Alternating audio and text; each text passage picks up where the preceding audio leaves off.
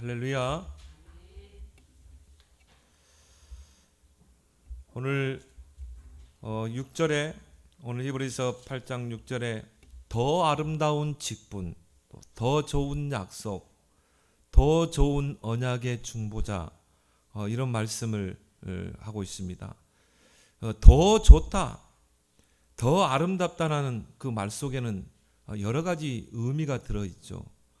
이 더 훌륭하다, 전의 것보다 더 훌륭하다 그런 뜻이 아니겠습니까? 또 전의 것보다 더 우월하고 더 탁월하다, 이게 더 좋은 그런 뜻이거든요. 또 다른 것과는 비교할 수 없는 것이다, 그런 의미를 쓸 때 우리가 더 좋다 그런 말을 우리가 쓰게 되죠. 예를 들어서 여러분이 이 스마트폰도요, 뭐 하루가 다르게 바뀌잖아요. 또 자다 일어나면은 또 새로운 스마트폰이 또 새로운 그런 컨셉을 가지고 또 등장하기도 하고, 요즘은 또 이렇게 뭐 옆으로 열기도 하고 또 접어 열기도 하고, 뭐 이렇게 갈수록 더 다양해지는 또 여러 가지 기능을 가진 스마트폰들이 나오게 돼요. 그러면 여러분이 예를 들어서 신형 스마트폰을 샀다 그러면 전에 거하고 비교가 되겠습니까? 아니죠. 전에는 카메라를 놓고 보더라도 좀 화소가 희미하고 그런데 이 카메라, 이 스마트폰은 이 화소가 좀 좋다 이 말이에요. 그러면 전에 거를 쓰겠어요? 아니죠. 더 좋은 화소의 스마트폰을 가지고 있는데 전에 것을 쓰겠습니까? 이번에 우리 시찰에 목사 사모님들 야유회를 갔는데요, 이렇게 카메라를 딱 찍는데 어떤 연세 드신 목사님이요, 착착 찍는데 화질이 너무 흐려요. 근데 이게 그런 사진은 좀 오래 둬야 되잖아요, 좋은 사진들은. 근데 화소가 너무 흐리더라고. 그래서 목사님 죄송하지만 제 걸로 찍을게요. 저거는 좀 이제 화소가 좀 좋거든요. 그래서 찍으니까 너무 선명하게, 요즘은 여러분 이런 렌즈 카메라보다 스마트폰에 있는 카메라 기능이 더 좋아요. 더 선명하게 나옵니다. 물론 멀리 있는 그 화상을 찍을 때는 줌이 있어야 되겠지만은 그냥 보통 찍을 때는 스마트폰 그 화질이 더 깨끗한 것 같더라고요. 그런 것처럼 이제 전에 있던 것보다 더 좋은 아름다운 직분을 가지셨다. 더 좋은 약속이요, 더 좋은 언약의 중보자가 이 땅에 오셨다는 것입니다. 유대인들은 더 좋은 그 복음이 이 땅에 왔음에도 불구하고 옛날 것을 자꾸 고집한 거예요. 그래서 뭡니까? 기독교로 개종한 그 유대 기독교인들에게 옛날 것을 자꾸 강조하는 것입니다. 물론 우리가 예수 믿어야 돼. 그렇지만 우리가 옛날 것을 그대로 지켜야 돼. 율법도 지켜야 되고 제사의식도 그대로 해야 되고 또 전에 하던 것처럼 할례도 행해야 되고 또 전통도 우리가 지켜야 되고 유대인의 그 전통도 지켜야 되고, 교회에 와서 예수 그리스도 이름을 부르고 예배 드림에도 불구하고 옛날 것에 갇혀 있는 것입니다. 그 더 좋은 복음을 실제적으로 누리지를 못하는 것입니다. 저는 이걸 보면서 오늘날 교인들도 그런 교인들이 얼마나 많겠냐. 정말 우리에게 훌륭한 복음, 더 좋은 복음을 우리에게 줬는데 뭔가 모르는 옛날에 그 틀에 갇혀가지고, 우리가 그리스도의 복음 앞에 나왔으면 옛날 것은 다 배설물로 버릴 수 있어야 되거든요. 그런데 옛날에 그 틀을 가지고요 신앙생활 하려니 얼마나 힘이 들겠습니까? 그래서 진정한 개혁은 뭡니까? 뒤집어 엎는 게 아니죠. 그건 혁명이죠. 진정한 개혁은 원래 것을 회복하는 것입니다. 원래 하나님께서 우리에게 주신 그것이 바로 복음 아닙니까? 여자의 후손이 뱀의 머리를 상하게 할 것이다. 아담이 범죄했을 때 처음부터 주신 복음, 그 유월절 어린 양의 피를 통해서, 피 언약을 통해서 우리에게 전달된 그 복음, 이사야 선지자를 통해서 처녀가 잉태하여 아들을 낳을 것이요 그 이름을 임마누엘이라, 그 복음, 이걸 회복하는 것입니다. 그래서 베드로가 주는 그리스도시요 살아계신 하나님의 아들이시니다. 이 고백을 했잖아요. 그럼 우리가 이제 새로운 것을 붙잡아야 되거든요. 새로운 피조물이 되어야 되거든요. 옛날 것은 다 지나갔어. 보라 내가 새 일을 행하리라. 그럼 우리가 새 것을 붙잡아야 되잖아요. 옛날 새 스마트폰을 샀으면 옛날 스마트폰은 버려야 되는데 자꾸 옛날 거를 고수하면 되겠어요? 그런 사람 보고 우리는 뭐라고 합니까? 고지식한 사람이라고 그러죠. 옛날에 갇혀 사는 사람. 히브리서 기자는 그 유대인들의 주장을 반박하면서 더 좋은 것을 소개하고 있습니다. 너희는 더 좋은 것을 붙잡았지 않냐? 그런데 왜 과거의 그 유대의 전통이나 그 유대 너희들이 이스라엘이 가지고 있던 것을 고수하냐 이 말이죠. 그걸 통해서 유대 기독교인들을 거짓 진리에서 보호하고 있는 것입니다. 거기에 대해서 변론하는 것이 오늘 이 히브리서 8장이죠. 그러면 우리에게 더 좋은 것을 소개하고 있는데 그게 뭡니까? 첫 번째로 하늘의 성소에서 섬기시는 예수님입니다. 오늘 1절 2절에 지금 우리가 하는 말의 요점은 이러한 대제사장이 우리에게 있다는 것이라. 그는 하늘에서 지극히 크신 이의 보좌 우편에 앉으셨으니 성소와 참 장막에서 섬기는 이시라. 우리에게 이제 옛날에 그 땅에서 세운 제사장이 아니라 하나님께서 우리에게 주신 새 대제사장이 우리에게 있다는 것입니다. 그분은 하늘에서 지극히 크신 이의 보좌에 앉으신 분이요. 지금도 하늘 성소와 장막에서 우리를 섬기고 계시는 분임을 오늘 히브리서 기자는 말씀하고 있는 것입니다. 그래서 예수님은 땅의 성소가 아니라 하늘의 성소와 장막에서 지금도 대제사장으로서 저와 여러분들을 섬기고 계심을 믿습니다. 그래서 히브리서 기자는요, 오늘 8장에서 두 가지를 서로 대비시키고 있습니다. 땅의 장막과 하늘의 장막. 땅에 있는 제사장과 하늘의 성소를 섬기는 제사장. 그리고 옛 언약과 새 언약. 그리고 옛 언약의 중보자인 모세, 새 언약의 중보자인 예수 그리스도. 이 두 가지를 서로 대비시키는 거예요. 그러면서 우리에게 말합니다. 우리에게 더 좋은 것을 주셨지 않냐? 그런데 왜 옛 것을 가지고 신앙생활을 하려느냐는 것입니다. 그러면서 오늘 5절에 말씀하고 있죠. 땅에 있는 성소와 장막은 하늘에 있는 것의 모형과 그림자니라. 오늘 5절에 말씀합니다. 그들이 섬기는 것은 하늘에 있는 것의 모형과 그림자라. 여러분, 모형과 그림자는 실체입니까? 아닙니까? 실체가 아니죠. 그건 하나의 모형입니다. 하나의 그거는 그림자입니다. 근데 중요한 건 뭡니까? 구약 시대에 이 모형과 그림자만 가지고도 훌륭하게 신앙생활하는 사람이 많거든요. 그들은 실체를 보지 못했어요. 예수 그리스도의 실체를 보지 못했어요.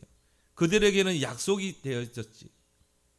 그들은 모형과 그림자를 가지고도 우리보다 더 훌륭한 신앙생활을 했어요. 다윗 보세요. 요셉 보세요. 그들은 실체를 붙잡지 않았습니다. 장차 오실 약속된 그 메시아 그리스도를 붙잡고도 우리보다 더 훌륭한 신앙생활을 했거든요. 시편 84편에 주의 장막이 어찌 그리 사랑스러운지요.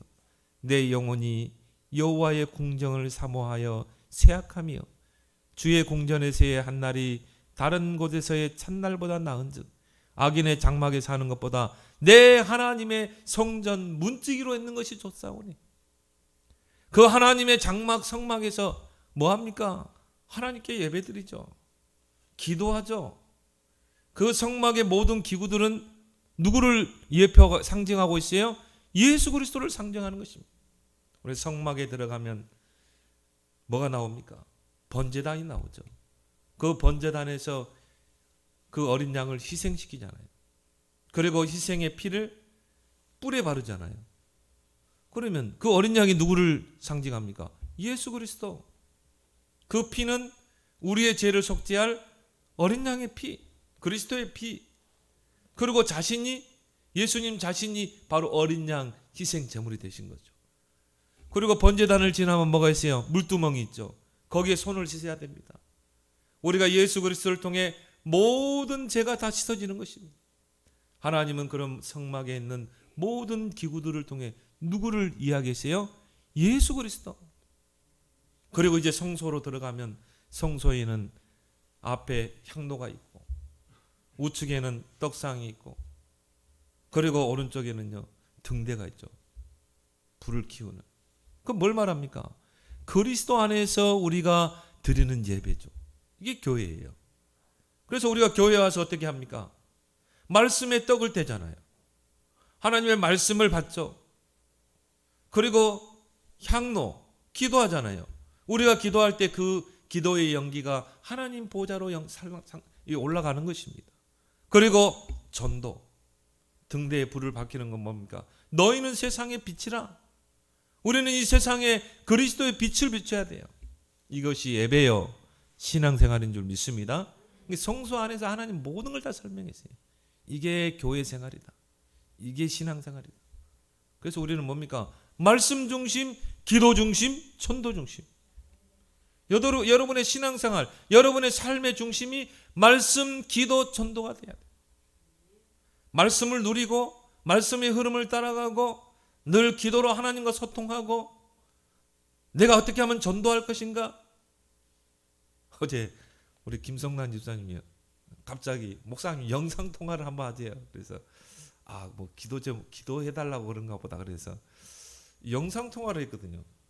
근데 이제 우리 김성남 집사님 얼굴이 비치는 게 아니라 우리 김성남 집사님이 이제 이 요양을 하잖아요. 요양사로 있잖아요. 그 할머니가 침대에 누워 있는데 기도해달라고 복음을 전하신 것 같아. 그래서 목사님 좀 기도 좀 해달라고. 근데 이분을 보니까 목으로 숨을 쉬더라고요. 여러분 배로 숨 쉬는 사람 있고 가슴으로 숨 쉬는 사람 있고 목으로 숨을 쉬는. 이분은 이제 아마 이 땅에서 삶을 정리하는 시간표인 것 같아요. 거의 이제 이 세상에 생을 마감하는 단계에 있는 것 같아요. 그래서 딱 보니까요. 이번에 좀 복음을 간단하게 설명해야 되겠다. 이분이 말을 못해요. 너무 연로하시고 병색이 짙으셔서 그냥 그래도 의식은 있잖아요. 그래서 제가 영상으로 이렇게 복음을 전했거든요. 인간의 근본 문제가 뭔가? 왜 우리가 하나님 만나야 되는가? 그 하나님 만나는 길 예수 그리스도. 왜 예수가 그리스도 구원자인가? 그리스도의 삼직 설명하고 그분을 영접해야 된다. 그럼 즉시 하나님의 자녀가 된다. 천국의 생명책에 이름이 기록됩니다. 복음을 잘 전하는데요. 이분이 하는 것 같아요. 그러니까 아멘 하는 것 같아요. 야 정말 우리 이 김성남 집사님이요 정말 좋은 영상 통화를 한 거야. 이분이 오늘 내일 돌아가실지 모르거든. 구원받고 돌아가셔야 되잖아. 그래서 제가요 할머니 영접기도 저 따라하세요. 입으로 고백 못하면 마음으로 고백하세요. 말을 못하니까. 그래서 제가 이제 영접기도를 천천히 했는데요. 이분이 하면서 따라하시는 거예요. 영접하신 거예요. 그리고 제가 이제 영접한 자는 어떤 상태인가? 구원받은 자의 상태를 쭉 이야기했어요. 할머니는 지금 이제 하나님의 자녀입니다. 예수님이 할머니 마음속에 계십니다. 천국의 생명책에 기록되어 있습니다. 예수님이 말씀하시기를 나를 믿는 자는 죽어도 살게 했고 무릇 살아서 믿는 자는 영생을 얻으려. 할머니는 지금 최고 축복된 신분이 됐습니다. 물론 몸은 병약하고 몸은 아프지만 하나님의 자녀가 됐습니다. 축하합니다. 뭐라고 이야기는 하신 것 같아. 감사하다고 그런 것 같아. 제가 이렇게 기도를 딱 해드렸거든요. 이게 더 좋은 복음인 줄 믿습니다. 얼마나 감사합니까? 우리에게 이 복음을 주시고 우리에게 전도할 수 있는 이 축복을 주시고 얼마나 감사하냐 이 말이에요. 그리고 휘장이 가로막혀 있고 그 휘장을 지나면 어디가 있어요? 지성소가 있죠. 그 지성소는 하나님의 초소입니다. 하나님이 임재하는 곳이에요. 그 지성소 안에는 하나님의 언약궤가 있습니다. 그 언약궤를 덮는 걸 보고 속죄소라고 그래요. 거기에 두 스랍이 날개를 피고 그 언약궤를 덮고 있습니다. 그 말은 뭡니까? 천사들이 하나님을 섬기십니다. 거기에 1년에 한 번 대제사장이 속죄의 피를 가지고 가서 그 속죄소의 피를 7번 뿌리고 백성의 죄를 다 속죄하거든요. 이 모든 것들이 물론 모형이요, 물론 그림자지만 그것 가지고도 충분히 신앙생활이 있다 이 말이에요. 근데 여러분, 우리는 실체를 모시고 계시잖아요. 예수 그리스도. 근데 신앙생활이 안 된다? 나는 진짜 이해가 안 되는 거 있죠. 실체가 오셨잖아요. 그 그리스도가 십자가에서 완전한 구원을 이뤘잖아요. 그 주님이 지금 나와 함께 하시고 내 인생의 주인이요, 내 인생의 구원자잖아요. 믿습니까? 내 안에 계시잖아요. 왜 신앙생활이 안 됩니까? 오히려 구약 시대보다 더 잘 돼야지. 오히려 다윗보다 더 신앙생활을 잘해야지. 요셉보다도 더 신앙생활을 잘해야지. 다윗은 시편 63편 2절에 내가 주의 권능과 영광을 보기 위하여 성소에서 주를 바라보았나이다. 주님의 그 권능과 영광을 보기 위해서 성소에서 내가 누구를 바라봤어요? 그리스도를 바라봤나이다. 다윗의 시편을 보면요, 그리스도를 앙망하는 부분이 굉장히 많이 나와요. 성전에 건축자가 버린 돌을 하나님은 모퉁이 돌이 되게 하셨다. 뭘 이야기합니까? 예수 그리스도는 십자가에서 버림을 당했지만 그 성전을 짓는 모퉁이 돌이 됐다. 구원자가 됐다 이 말이에요. 장차 오실 그리스도를 바라보기만 했는데도 신앙생활이 충분히 됐어요. 시편 55편 4절에 우리가 주의 집 곧 주의 성전의 아름다움으로 만족하리이다. 히브리서 11장에 보면 그 구약 시대 믿음의 증인들을 쭉 나열합니다. 아브라함부터 또 이삭, 야곱, 요셉 쭉 나열합니다. 다윗. 그 구약 시대 정말 믿음을 지켰던 그 증인들을 쭉 나열하면서 서론 보면 뭐라고 그랬습니까? 믿음은 바라는 것들의 실상이요 보지 못하는 것들의 증거. 이런 구약의 증인들은 아직 실상을 보지 못했어요. 그렇지만 믿었어요. 장차 오실 그 예수 그리스도는 우리의 죄를 구원하실 자. 보지 못하는 것들의 증거. 아직 보지 못했어요. 그런데 그 믿음이 증거된 것입니다. 어떤 분이 그래요. 구약 시대에는 예수님이 오시지 않았는데, 십자가에서 구원을 완성하지 않았는데 구약 시대는 어떻게 구원받았습니까? 장차 오실 예수 그리스도를 진짜 믿고 구원받았어요. 장차 오실 그 예수 그리스도 구원자를 믿고 피 제사를 드린 거예요. 그러므로 제사함을 받고 구원을 받은 것입니다. 우리보다 더 훌륭하게 신앙생활을 했다니까요. 여러분, 요셉의 신앙의 그 생활을 한번 봐보세요. 얼마나 고난과 핍박 속에 살았습니까? 죽을 고비도 넘기고. 그런데 얼마나 훌륭한 신앙생활을 했습니까? 다윗도 마찬가지. 우리는 신약시대를 살고 있습니다. 이 신약시대에 그리스도께서 실체로 오셨잖아요. 십자가에서 모든 것을 완성하셨잖아요. 구원을 완성하셨습니다. 그런데도 신앙생활이 안 된다는 것은 4개의 문제가 있는 것입니다. 그래서 히브리서 11장 38절에 이런 구약의 믿음을 지킨 많은 믿음의 증인들이 있지 않냐. 그러면서 히브리서 13장 38절에 이런 사람들은 세상이 감당치 못하는 거예요. 세상이 감당치 못해요. 왜? 가는 곳마다 믿음으로 승리하기 때문에. 가는 곳마다 장차 오실 그리스도의 이름으로 영적 싸움을 싸워. 장차 오실 그리스도 이름 언약 붙잡고 믿음으로 승리하고. 그러면서 히브리서 12장 1절 2절에 바울이 말합니다. 우리 앞에 구약시대 이런 믿음의 선진들이 쫙 있지 않느냐. 그래서 우리는 오직 믿음의 주여 온전케 하시는 예수만 바라보자. 우리는 실체를 받은 자들은 아니냐? 실체의 그 복음을 받은 자가 아니냐? 그렇다면 다른 거 바라보지 말고 오직 믿음의 주요, 또 우리를 온전케 하시는 오직 누구만 바라보자? 예수만 바라보자. 바라보고 계십니까? 곁눈질하지 마시고 오직 예수만 바라보세요. 왜 그렇습니까? 예수는 그리스도요 우리의 영원한 대제사장. 그래서 오늘 1절에 말합니다. 지금 우리가 하는 말에 그 요점이 뭐냐? 핵심이 뭐냐? 이러한 대제사장, 우리의 죄를 영원히 속죄할 그 대사장이 우리에게 있다는 것이라, 나에게 있다는 것이라. 너는 얼마나 큰 축복 속에 있는 겁니까? 그래서 우리가 신약 시대를 은혜의 시대라고 그래요.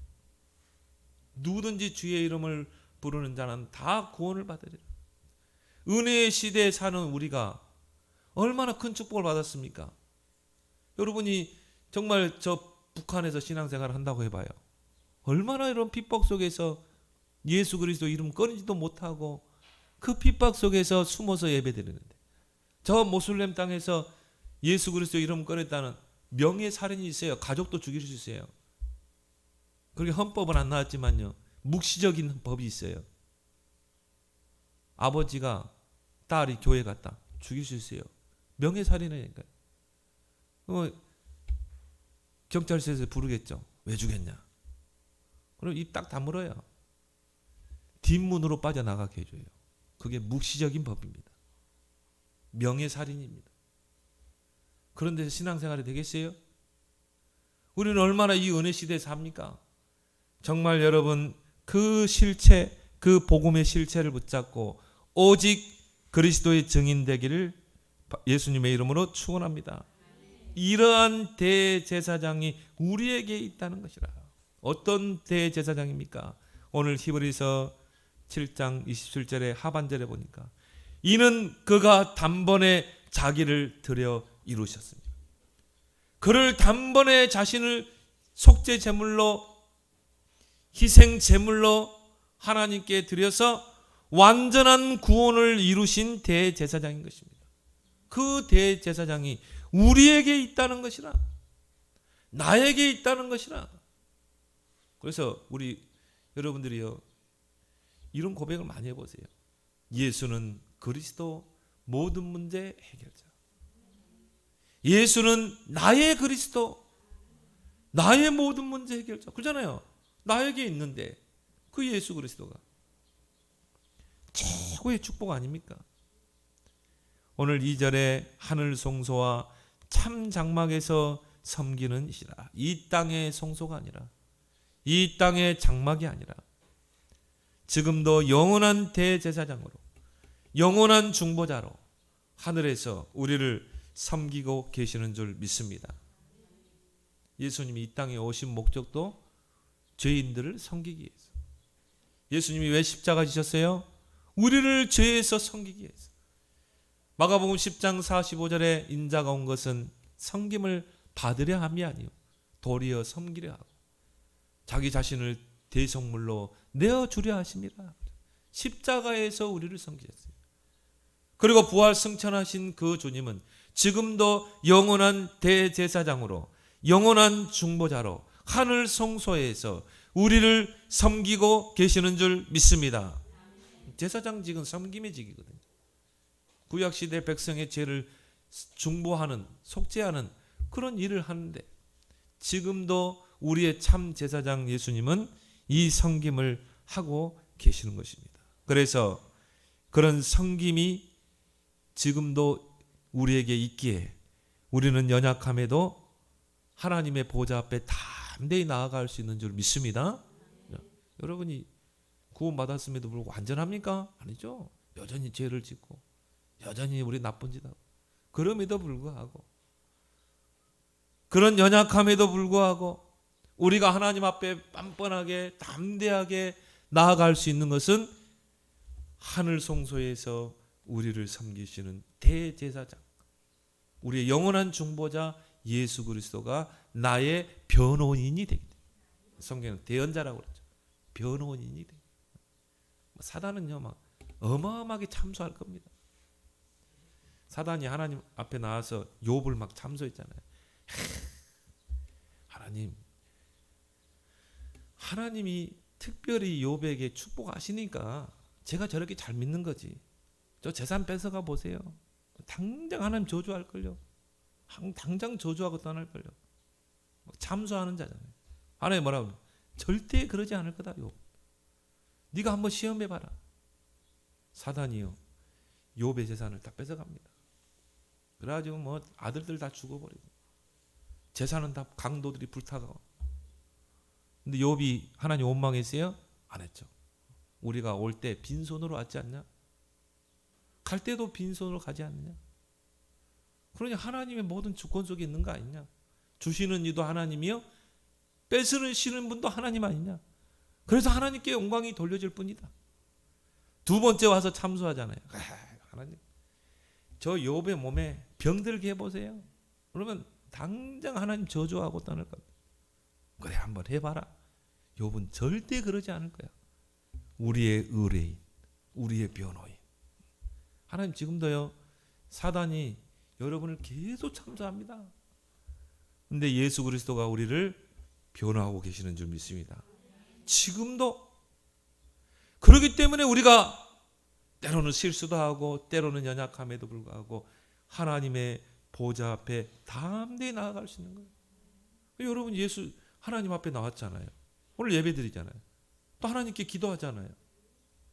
예수 그리스도의 대제사장, 중보자, 변호인의 사역, 지금도 쉬지 않고 그 일을 행하시는 줄 믿습니다. 히브리서 10장 19절에 그러므로 형제들아, 우리가 예수의 피를 힘입어 송소에 들어갈 담력을 얻었나니. 누구의 피? 예수의 피를 힘입어 송소에 담대히. 송소는 뭡니까? 지성소에 담대히 들어갈 수 있어요. 왜? 예수님이 십자가 지심으로 그 휘장을 갈라버렸거든요. 성소와 지성소를 가로막고 있는 그 휘장을 예수님이 다 찢어버린 거예요. 그 지성소는 아무나 들어갈 수 없습니다. 대제사장이 그것도 1년에 한 번씩 자신을 정결케 하고 속죄의 피를 가지고 그 대지성소로 들어갔다니까요. 자신도 연약하기 때문에 자신을 위한 속죄 희생을 드리고 그 피를 가지고 또 백성들의 모든 희생의 피를 가지고. 그래서 제사장 복이요, 길어요. 발목까지 길어. 그 발목 옷깃에다 뭘 달았습니까? 방울을 달았죠. 왜 방울을 달아요? 죽었는지 살았는지 알아야 되잖아요. 그리고 발목에다가 끈을 매답니다. 그리고 제사장이 백성들의 그 속죄의 피, 자신의 그 속죄의 피를 가지고 송소 들어가죠. 거기서 떡을 진상하고 향로를 피우고 등대에 기름을 넣고 불을 지피고 그 다음에 어떻게 해요? 휘장을 지나서 지성소로 들어갑니다. 얼마나 무서운 건지 몰라요. 제사장이 조그만 죄를 가지고 있다. 그 자리에서 즉사해버리고 아무나 들어갈 수 없는 시대가 구약시대예요. 백성들은 밖에서 기다리고 있는 거예요. 대속죄의 일. 딸랑딸랑딸랑 소리가 나면 살아있구나. 근데 소리가 안 들려. 그럼 어떻게 합니까? 죽은 거예요. 지성소에 들어가서 그 시신을 꺼낼 수 있습니까? 감히 범접할 수 없는 곳인데, 그래서 시신을 끌어올린 밧줄로 끌어내리는 것입니다. 그게 지성소라니까요. 예수 그리스도께서 십자가에 자신이 희생제물, 속죄제물이 되시고 희생의 피를 흘리심으로 모든 구원을 완성하시고 그 휘장을 갈라버린 것입니다. 그래서 우리는 예수의 피를 힘입어, 다른 피가 아니라 예수의 피를 힘입어 송소에 들어갈 담력을 얻었나니. 오늘도 여러분들이 아침에 기도 안 하셨어요? 하나님 아버지, 우리는 곧바로 하나님 앞에 나아갈 수 있는, 얼마나 큰 축복입니까? 이 축복을 받은 자라니까 여러분이. 담력이란 말이 뭐냐면은 이 사전에 보니까 겁이 없고 용감한 기원, 겁도 없이 들어간다고 그러잖아요. 우리는 이제 하나님 앞에 겁도 없이 담대히 들어가는 줄 믿습니다. 하나님 앞에 나아갈 수 있는 거 코람되어져. 하나님 앞에 기도할 수 있고 하나님 앞에 아뢰일 수도 있고 하나님께 영광 돌릴 수 있고 얼마나 큰 축복입니까? 여기가 여러분 지성소라니까. 여기 지금 교회가 지성소 아닙니까? 그러면서 오늘 히브리서 기자는 두 번째 뭡니까? 더 아름다운 직분을 얻으신 예수님. 오늘 6절에 말씀하고 있습니다. 그러나 이제 그는 더 아름다운 직분을 얻으셨으니. 어떤 직분입니까? 그리스도의 직분입니다. 지상에서 최고 아름다운 직분 아닙니까? 그리스도의 직분. 그 예수님에게만 그리스도의 직분이 주어진 거예요. 근데 중요한 게 그 그리스도의 직분이 나를 살린 것입니다. 그 그리스도의 직분이 나에게 있다는 거예요. 여러분 얼마나 큰 축복입니까? 그 옛 언약과 비교할 수 있습니까? 옛날 것과 비교할 수 있냐 이 말이에요. 더 좋은 더 아름다운 직분을 얻으셨는데 그리스도의 직분. 바로 참 왕, 참 제사장, 참 성지자의 직분이 그 그리스도 안에 담겨 있는 것입니다.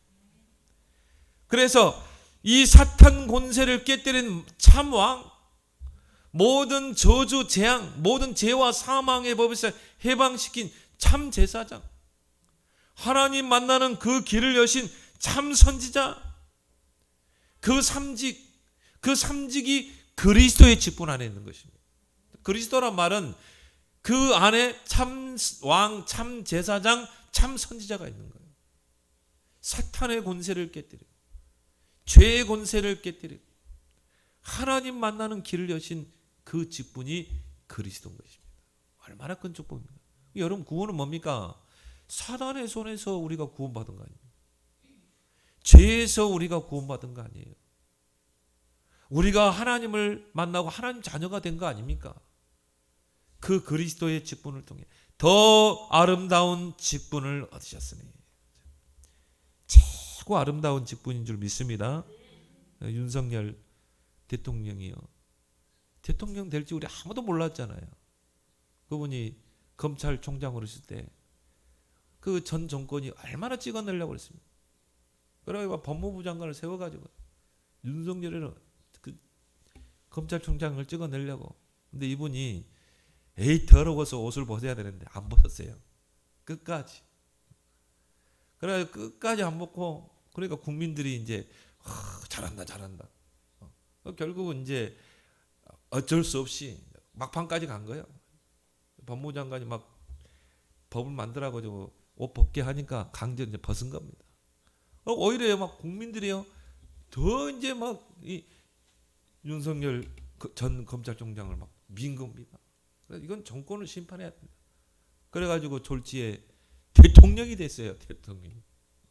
그래서 이제 그분은 항상 하는 말이 나는 대통령 되려고 조그만 생각도 하는 사람인데 국민들이 나를 세웠다.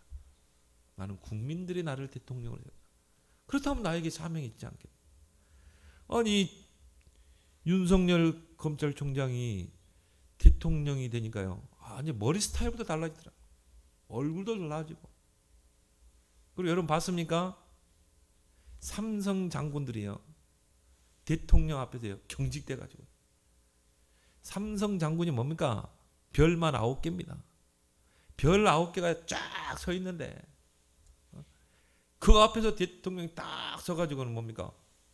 이 잘해주는 거예요. 그러니까 막 이 새 삼성 장군들이 막 딱 경직돼 가지고, 야 그걸 보면서 대통령이 야 이런 그 대통령의 직분이 이런 큰 권세가 있구나.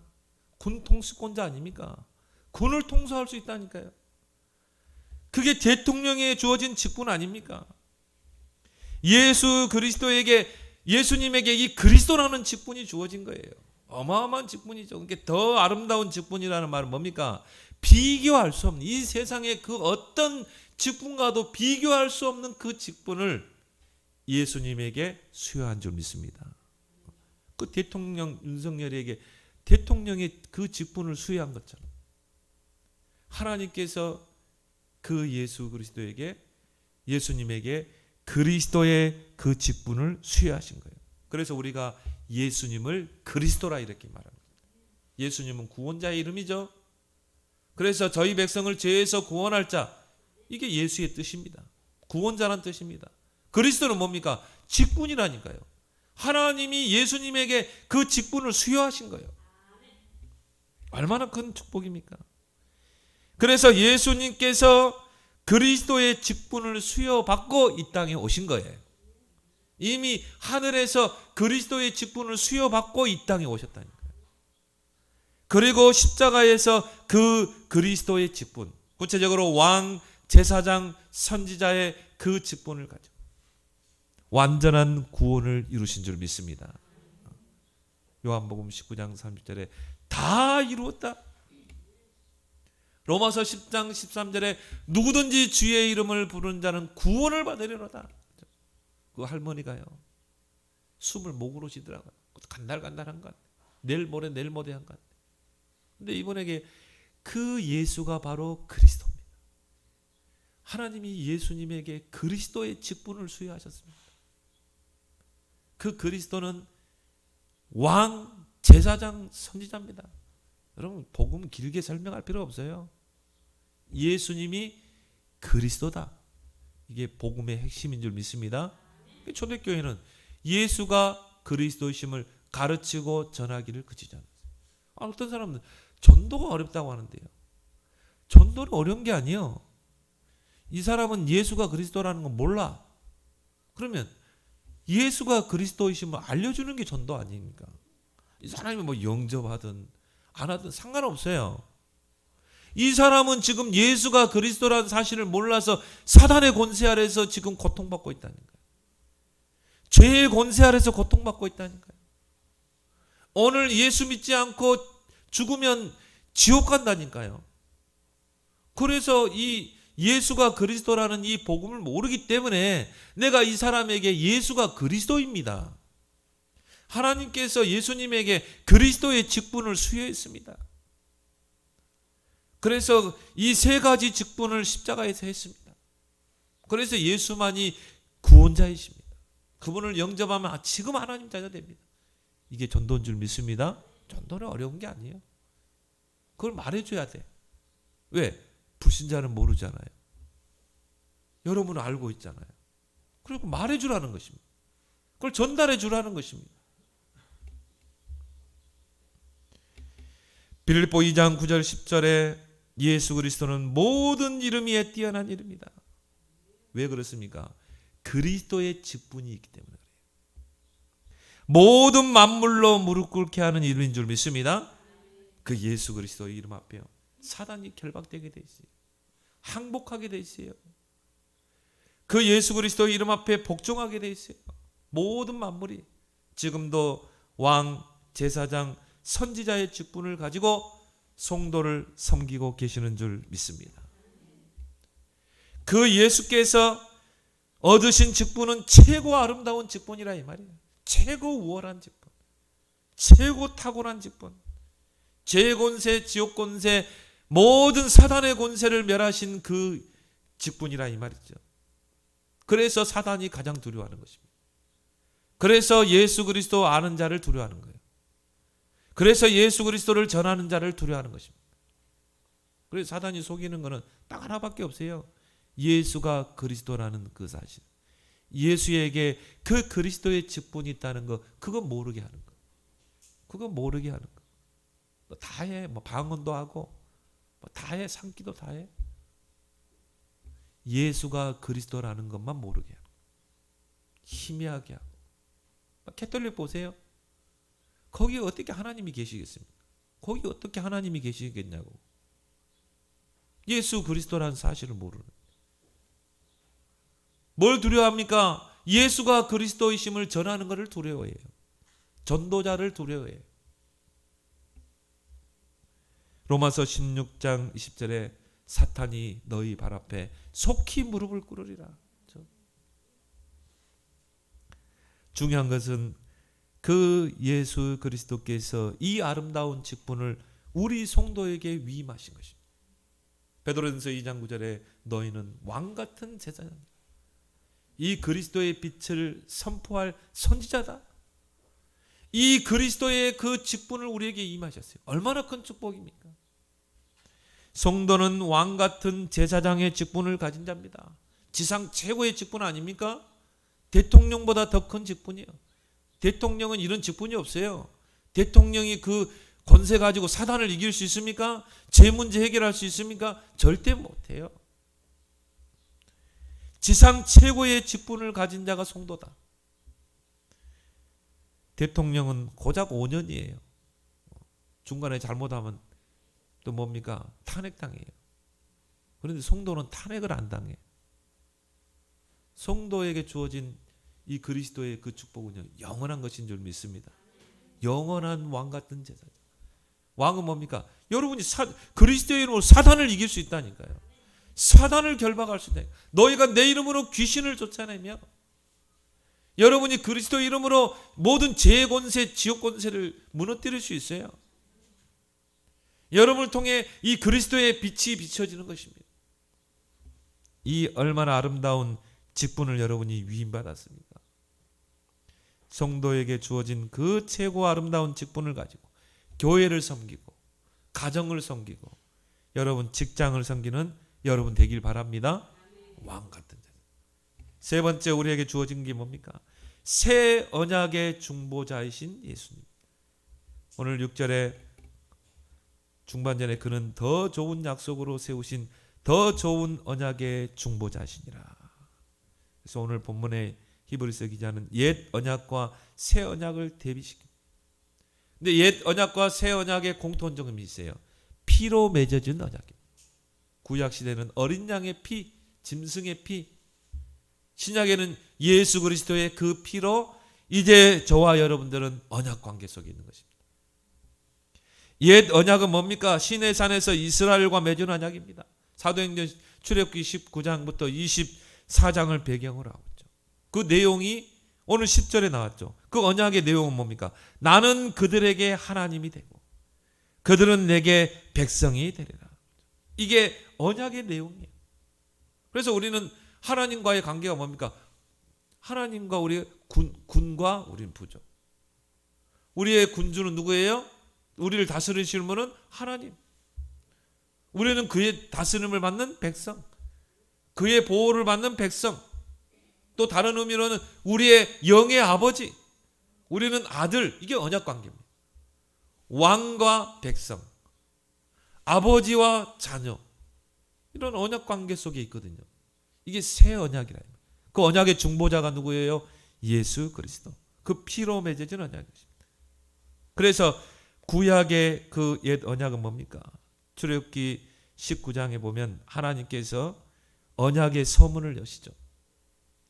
출애굽기 19장 5절 6절에 세계가 다 내게 속하였나니 너희가 내 말을 잘 듣고 내 언약을 지키면 너희가 모든 민족 중에서 내 소유가 되고 너희가 내게 대하여 제사장 나라가 되며 거룩한 백성이 되리라.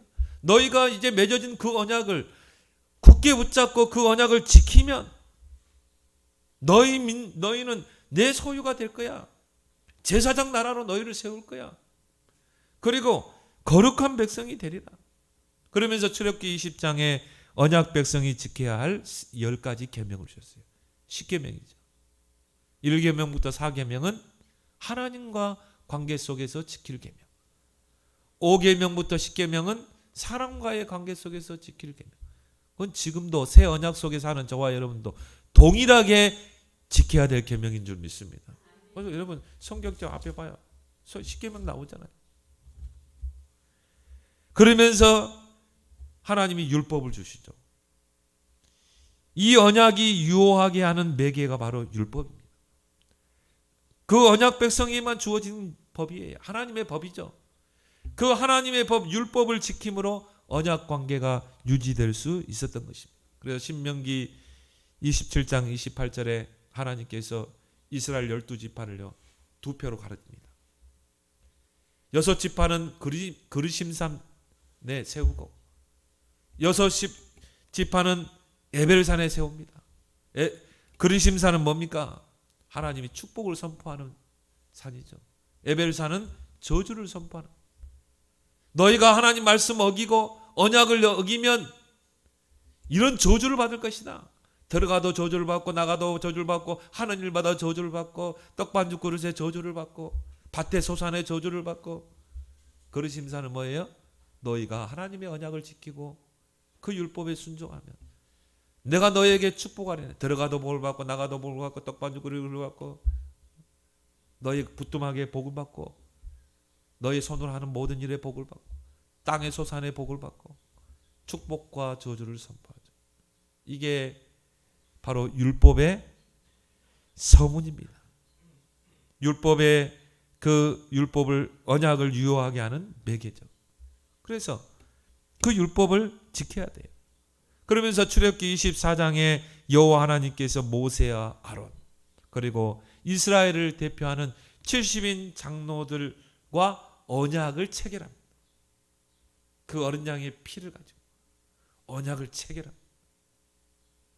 그러면서 모세로 하여금 그 희생 제물의 피를 제단에 뿌리게 하고 또 그 언약서를 백성 앞에서 낭독하게 하죠. 우리가 이렇게 지키겠나이다. 그러면서 언약이 체결되는 것입니다. 이스라엘 백성에게는 서약을 하죠. 아멘. 그 언약서를 낭독할 때 이스라엘 백성은 아멘 했어요. 그걸 통해 하나님과 이스라엘 백성이 언약이 체결되는 거예요. 그게 시내산에서 한 일이라니. 출애굽에서 나와서 시내산에서. 그래서 언약 체결되기 전에 모세가 하나님 앞에서 언약 이 십계명을 받아오잖아요. 돌판에 새긴 율법을 받아오죠. 그리고 이제 시내산 밑에서 언약이 체결되는 것입니다. 그 언약 체결 후에 하나님께서 광야 식탁을 베풀어 주십니다. 그 광야에서 하나님과 먹고 마시는 거예요. 언약이 체결됐으니까 축제를 베푸는 거죠. 여러분은 예수 그리스도를 통해 하나님과 언약이 체결됐잖아요. 여러분은 이제 축제 속에 있는 줄 믿습니다. 볼지어다 내가 문 밖에서 문을 두드려 누구든지 내 음성을 듣고 문을 열면 언약 체결된 거죠. 우리 안에서 내가 그로 더불어 먹고 그는 나로 더불어 먹으리라. 저와 여러분들을 예수 그리스도를 그 중보자로 해서 그 어린 양의 피를 그리스도의 피를 통해 하나님과 언약이 체결된 거예요. 그러면 우리에게는 율법이 어디 있어요? 하나님 법이 더 중요한 게 나왔죠. 우리 마음에 새겨진 거예요. 이스라엘 백성에게는 돌에 새겼죠. 이제는 그 하나님의 법이 우리 마음에 새겨진 줄 믿습니다. 그래서 오늘 10절에 말씀하고 있습니다. 또 주께서 이르시되 그날 후에 내가 이스라엘 집과 맺은 언약을 이것이니 내 법을 그들의 생각에 두고 그들의 마음에 이것을 기록하리라 새기리라. 전에는 옛 언약은 뭡니까? 돌판에 새겼어요. 그런데 이제는 그 법을 어디에다가 마음에 새기고 생각에 둘 것이다. 그 언약의 내용이 뭡니까? 나는 그들에게 하나님이 되고 그들은 내게 백성이 되리라. 이스라엘 백성이 옛 언약을 깨버렸거든요. 율법을 어기고 언약을 깨니까 하나님이 그를 버린 것입니다. 그래서 오늘 여기 보니까 그들을 내가 돌보지 아니하였다 그랬죠. 하나님이 돌보지 않은 거예요. 언약을 파괴해버렸거든요. 그래서 하나님이 우리에게 새 언약을 주신 줄 믿습니다. 예수 그리스도를 중재로 삼아서 새 언약을 우리와 맺은 거예요. 이제 짐승의 피가 아닙니다. 예수 그리스도의 피로 맺어진 우리는 새 언약 속에 저와 여러분들은 있는 줄 믿습니다. 돌판에 새긴 하나님의 법이 아니라 우리 마음에 새겨 있어요. 우리 생각에 하나님의 법을 지켰어요. 그럼 뭘 말합니까? 이 하나님의 법은 내가 지키는 게 아니라 성령께서 지켜나가시는 것입니다. 돌판에 새긴 율법은 이스라엘 백성이 지켜야 돼요. 하나하나 지켜나가야 돼요. 그런데 여러분 다 지킬 수 있어요? 없죠. 그래서 우리 마음에 하나님이 새겼어요. 그 하나님의 율법을 여러분 알 수 있어요? 없어요. 아는 방법이 있어요. 성령이 조명하시는 것입니다. 여러분이 중요한 걸 선택하고 판단할 때 성령께서 부담을 주시기도 하고 성령께서 지시하시기도 하죠. 그게 바로 하나님의 법을 조명하는 것입니다. 성령의 조명. 그래서 저와 여러분들은 온전히 성령 인도받는 삶이 되어야 될 줄 믿습니다. 갈라디아 5장 18절에 너희가 성령의 인도하시는 바가 되요. 율법 아래 있지 않다. 우리는 성령의 인도를 받아야 돼. 성령의 조명을 받아야 돼. 여러분이 후라시 빛을 비치면 글이 보이잖아요. 깜깜한 밤에 성경이 보입니까? 안 보이죠. 불빛이 비치면 성경이 보이잖아요. 여러분 마음에 새겨진 그 하나님의 법이 보입니까? 안 보이죠. 근데 성령이 조명하면 보이는 거예요. 그래서 우리는 온전히 성령을 의지하고 그리고 성령의 인도받기를 몸부림쳐야 될 줄 믿습니다. 요한복음 14장 26절에 그 성령이 가르치고 생각나게 하시고 깨닫게 한다. 하나님의 법을. 고린도전서 2장 10절에 하나님의 성령이 하나님 아버지의 깊은 뜻을 통달하게 하신다. 여러분이 예를 들어서 하나님의 법을 어기면 부담이 가게 돼 있어요. 성령의 사람은 부담이 가게 돼요. 예를 들어서요. 내 이웃을 내 몸같이 사랑하라. 내가 막 누구를 미워해. 미워 죽겠어. 부담 안 가든가요? 성령이 조명하는데 내 이웃을 내 몸같이 사랑하라. 성령이 조명하는데 여러분이 죄 짓고도 나는 막 양심의 가책이 없다. 성령의 사람이 아니에요. 성령을 받은 사람이 아니에요. 여러분 막 죄를 짓는데 막 부담이 돼. 막 죄를 토설하지 않고는 견딜 수가 없어. 하나님 앞에. 성령의 사람인 줄 믿습니다. 성령이 조명하는 거예요. 죄를 깨닫게 하는 것입니다. 율법의 기능은 뭡니까? 죄를 깨닫게 하는 거죠. 이제는 우리 마음에 하나님의 법이 성령이 조명해서 너 그거 법이 죄야. 너 그거 하나님 앞에 회개해야 돼. 오늘 말씀이 좀 어려울 수 있습니다. 그러나 그 속에 보화를 캐내는 여러분 되길 바랍니다. 하나님의 은혜를 감사합니다. 하나님께서 우리에게 더 아름다운 직분, 더 좋은 약속, 더 좋은 언약의 중보자 예수 그리스도 우리에게 주신 걸 감사합니다. 이제 우리에게 주어진 그 아름다운 직분, 왕같은 제사장, 그 그리스도의 빛을 비추는 증인으로 쓰임받게 하여 주옵소서. 예수님의 이름으로 기도드리옵나이다. 아멘.